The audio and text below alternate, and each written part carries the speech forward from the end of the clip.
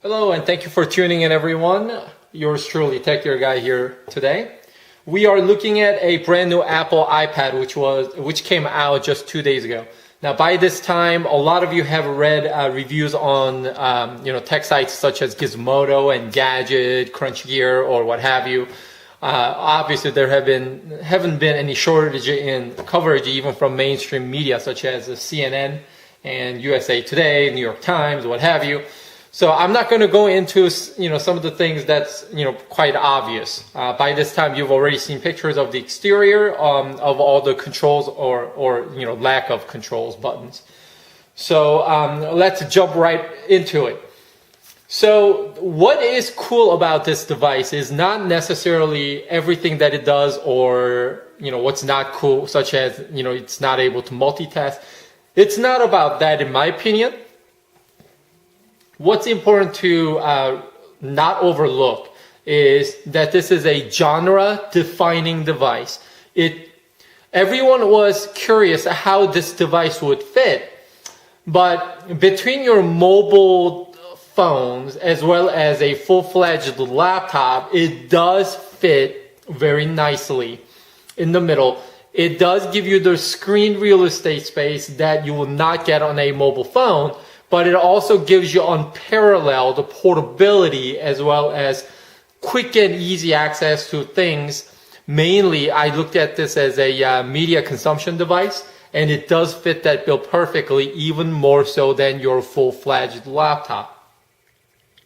I can completely see taking this device alone to your local coffee shop to handle a lot of things without having to lug your full-blown laptop, things like that. So, on top of that, it gives you additional things such as, I think it basically eliminates any sort of a digital photo frame.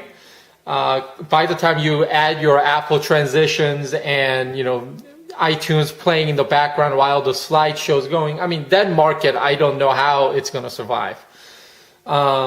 And very intuitive UI. Obviously, Apple has developed and polished the whole iPhone UI from at least a couple years of iPhone experience. Therefore, the UI is spot on. It's very easy to use, very intuitive. Also, at the same time, the Apple's proprietary PA CPU that's in here, that's running at 1 gigahertz. Obviously, some of you may have already seen it, but it does trumpet even 1 gigahertz Snapdragon CPU running in other devices. It is very speedy, very snappy, nothing to complain about. So let's kind of take a look at a few things real quick. Yours truly also enjoys some Iron Man 2, so you see Scarlett Johansson in the background wallpaper there. So let's see if I hold like that. You will see things a little bit better. All right, so it does come with some built-in applications. There are some must-get apps, in my opinion, one being iBooks. Not only iBooks gives you, cool animated page flipping and all that, but also at the same time, the book reading experience is great. Way the whole the bookcase that shows up is kind of cool. I'm sure I'll get sick of that at some point. But what is also great is you do not have to shell out money to get some good literature. Anything that's available from the Gutenberg project, where the copyright has expired, so the books are free to download, you can get those. So I'm a big fan of Arsène Lupin books from Maurice Leblanc, and I've gotten those downloaded, and those are reading perfectly fine, and it's just an awesome experience. When Apple announced the iPad, they showed the New York Times application, and there was a reason for that, because it is a extremely well-made application. I love the idea of being able to read very well laid out content without getting my finger dirty with the black ink and all that good stuff. So New York Times app is great. USA Today app is great. Now let's talk about the Kindle app real quick. This is the best Kindle device, bar none, period. It does beat even Amazon's own Kindle in usability and, full color. And, when you have a drawing in the book, when you're reading with Kindle, you don't get really good representation, where the Kindle gives it to you greatly. And way the app is designed, it treats this device as a Kindle, and the book delivery is instant. I mean, it's awesome. Nothing to complain about. I'll never use my Kindle ever again. So there you have your Kindle device, Kindle app. And then I'll use the ABC player as an example. The video quality on ABC app right here is completely stunning. Lack of words to describe how stunning and beautiful video quality is. And let's see. Some more apps. So what else is there to talk about? The Marvel comic book app. Awesome.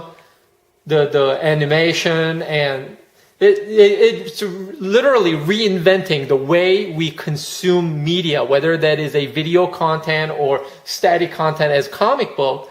The delivery mechanism and way we consume has completely changed.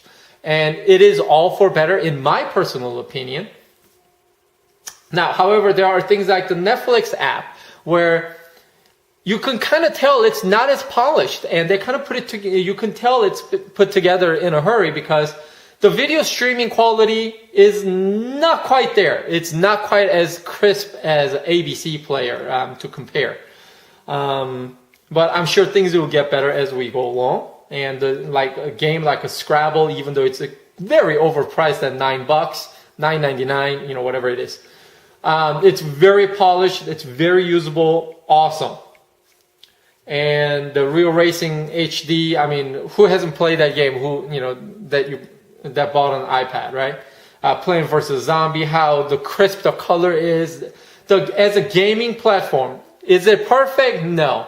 But does it give you enough entertainment and something to play with while you're sitting at bus terminal or train terminal or whatever inside of an airplane?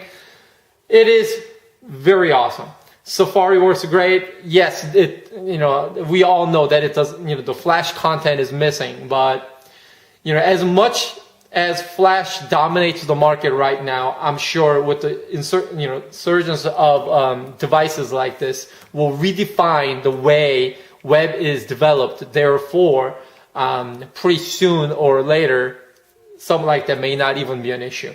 YouTube app here plays any HTML5 media. It gets rendered perfectly, smooth playback, good enough quality. It's awesome. The Mail app is awesome. The Photo app is great with the slideshow, the way everything gets organized, little UI like this, pinch and zoom at full force. Now, iPod function is the only multifunction app. So you can have tunes playing while you're doing other things on iPad. Every day I go to the App Store, there are brand new things coming up. It's very exciting to see. A lot of good quality free apps as well. At the bottom dock, you can fit 6 different icons, whereas out of the box it only supports 4. But you can throw other things in there. So that's the iPad in summary. The video time limit is 10 minutes, and I get breathy, and you've already seen millions of other reviews already. So I'm just putting my 2 cents in. But again, it's not whether this device does everything, whether it replaces a laptop or not. That's not what this is about, in my opinion. It redefines the way we're consuming media, and the brand new form factor that enables you to literally carry around without adding bulk to your daily load while giving you access to everything that you need.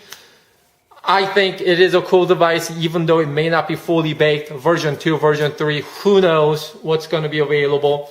So Tech Gear Guy rating, I would give this effort, design, craftsmanship, UI, everything combined, I would give it 5 out of 5, even with its shortcomings. Until next time, take care. I'll see you guys again. Bye-bye.